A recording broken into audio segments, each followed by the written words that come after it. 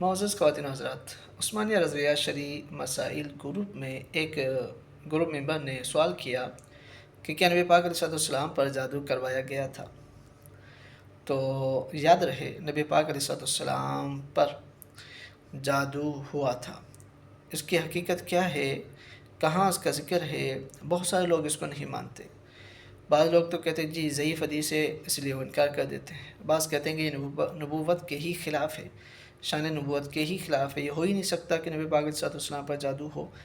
لیکن اگر آپ احادیث کا مطالعہ کریں تو بات واضح ہو جاتی ہے کہ نبی پاک علیہ السلام پر جادو ہوا تھا۔ بخاری شریف میں بھی موجود ہے اور دیگر کی روایات بھی موجود ہیں۔ لبید بن عاصم یہودی تھا، اس نے نبی پاک علیہ السلام پر جادو کروایا تھا۔ بخاری شریف کے جو حدیث کے الفاظ ہیں وہ خلاصتاً میں آپ کو عرض کر دوں کہ نبی پاک علیہ السلام کی طبیعت کچھ ناساز رہنے لگی۔ آپ کوئی عمل کرتے لیکن پھر بھول جاتے، پتہ نہیں کیا یا نہیں کیا، دعا مانگتے پھر دوبارہ مانگنے شروع ہو جاتے۔ تو اس طرح کے جو آپ کے ظاہری افعال تھے اس پر اثر ہوا۔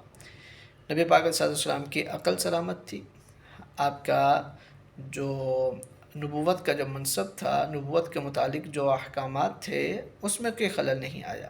ظاہری افعال میں، ظاہری جسم میں کچھ خلل واقع ہونے لگا۔ تو بخاری شریف کے الفاظ یہ ہیں کہ خواب میں آقا کریم علیہ السلام کو دو شخص دکھائے گئے اور انہوں نے بتایا کہ کنویں میں جو ہے وہ کوئی چیز چھپائی گئی ہے، اس کے ذریعے آپ پر جادو ہوا ہے۔ تفاسیر میں علماء نے اس کی وضاحت کی، دیگر احادیث میں اس کی تفصیل ملتی ہے کہ حضرت علی رضی اللہ تعالیٰ عنہ کو آقا کریم علیہ السلام نے بھیجا اس کنویں کے پاس، اور وہاں سے حضرت علی رضی اللہ تعالیٰ عنہ گئے تو کچھ چیزیں لے کر آ گئے۔ کھجور کی چھال سے بنی ہوئی ایک تھیلی تھی، اس کے اندر آقا کریم علیہ السلام کے منہ مبارک تھے، آپ کی کنگھی کے کچھ دندانے تھے اور کچھ چیزیں تھیں جس پر جادو کروایا گیا تھا۔